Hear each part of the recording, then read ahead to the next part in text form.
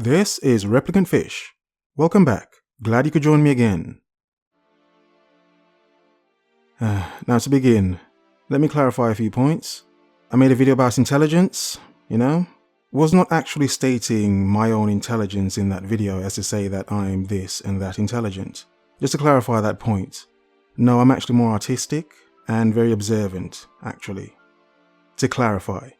And to clarify for another video I made about boomers, though I thought I clarified in that video, I was talking to boomers that don't understand. And I was not blaming, I was just making some points. So I'm just clarifying the points again. Most of you get it, so I'm not talking to most of you obviously. Most of you get it. Easily, you get it. But let's begin, enough waffling, let's get to the real thing here. Consumerism and the fear of missing out. PS5, Xbox Series X. Now there are a few videos I want to make next week, but I want to make these points first before I then make those videos. Some of you have requested very good topics, but I want to lay the foundation first of certain things before I make those videos. So there's an interesting one I want to make about how things have changed over time, and I will get facts and all that crap for that video, just to make the factual points. But I want to begin with the consumerism. Explain the meaning of consumerism, use current examples, and make certain points. So the point being, there is a constant push of technology, and obviously for advancements in technology, but also for the desire, for the want. Some would say for the need, but for that want we have for certain tech. The tech in question now being the new consoles coming out this year. Now an interesting thing is how, on one side, Microsoft has spoken a lot about their new console, the Series X, but Sony has been somewhat quiet in speaking of the PS5. And obviously in this time of battles and wars over plastic, we have men of all ages battling over specs. Who has the better specs and who has the better games. But that's not my main point here. My main point is the consumerism desire for these things. The want for them. Now I will admit, to clarify like I had to at the start of this video, I like games, I like consoles. Yes, I wouldn't mind getting one of these new things, though I don't want to pay for one, but obviously, come on. Just to clarify, but the desire for these things is actually quite hilarious because you get to see online, especially on YouTube, how people are warring with each other over these things. They're just numbers. They're just numbers. Then again, they're not just numbers, are they? You see, consumerism is based around things that we want as human beings, the tech we want. And obviously with advancements in technology, we would get more advanced tech. So to some it's just numbers, to those who aren't the consumers of this product. To them it's just numbers, who cares? But to those who do care, those numbers mean something. 12 teraflops to an everyday person who doesn't know much about gaming or care about technology would say, who cares? What the hell's a teraflop? But then to a gamer, be he on either side of the spectrum, or the three sides of the consoles, and then the PC master race, But to them, teraflops matter. The tech matters. Now you can say no, it's about the games. But we all know, to play games at a certain fidelity, you want a certain amount of power. So the games, yes, matter. But for a certain visual aspect you may want, graphics do matter. For instance, as I said, I'm more of an artistic person. And if you've ever done art or studied art, you'd understand how lighting and shadow are important. Every artist should know this. If you're an artist listening, you know this. Lighting. Even in scientific terms, you can say that everything we see are nothing but shadows, light reflecting off certain things. In a sense, that's what we're seeing.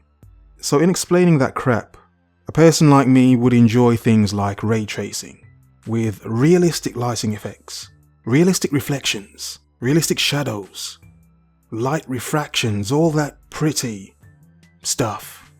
That stuff. Now you can say, who cares about technology? Who does care? But when you understand the processing power needed to create that effect, you will then understand why you then need this much power.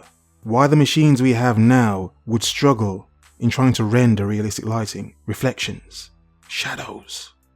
And the point is, even if you're not a gamer, the demand for technology pushes it forwards so that whether you're an editor, you're into music, film or whatever, because gaming is a technology being pushed so rapidly, it pushes other things in turn as well. So for instance, laptops get more powerful because they're trying to add better and stronger graphics cards to them.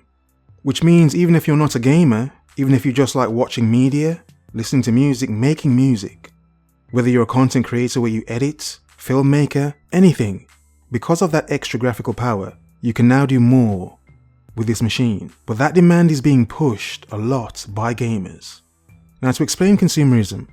Consumerism is a term used to describe the effects of equating personal happiness with purchasing material possessions and consumption. It is often associated with criticisms of consumption starting with Karl Marx, Thorstein Veblen, if I've said that correctly, but actually be tracked back to the first human civilizations.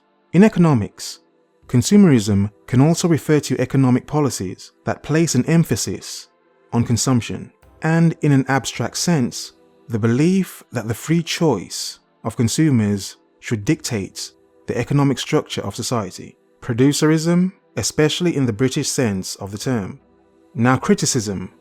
Marx argued that the capitalist economy leads to the fetishization of goods and services and the devaluing of the intrinsic worth of a good or service, replaced by a focus on its price in the market.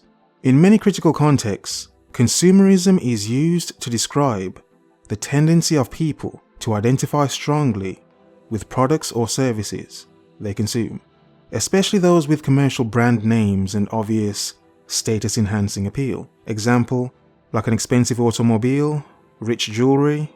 It has become a pejorative term which most people deny, having some more specific excuse or rationalization for consumption other than the idea that they are a compelled consumer. A culture that is permeated by consumerism can be referred to as a consumer culture. Okay, so just to make that point as well, to make the point of the fact of how compelled we are to buy certain things. But my point is this. I've made few examples of possible future events, but how much do you believe that this consumerism is consuming us as the consumers? As in by buying more into these things we may want. To play games in 4K, but to what end? Many human beings spend so long looking down into their phones, their devices. Will our love for technology make us less human as time goes along? Already, we live in a time where many people communicate only through machines. Rarely face to face, unless it's a dating app, hook up. But what do you think? Is it too much? Or should we just enjoy the technology, get lost in it? And in the consumerism, so many are waiting for Sony to say something about their new machine, their new tech of which many, including myself, will consume. Lost in the consumerism. There are many things to get lost in. Women, money, and everything else that follows those two things. But the point is to not get lost in the things you love to consume, be it money, women, or gaming. Stay sharp. In other words, focus, observe. Remember.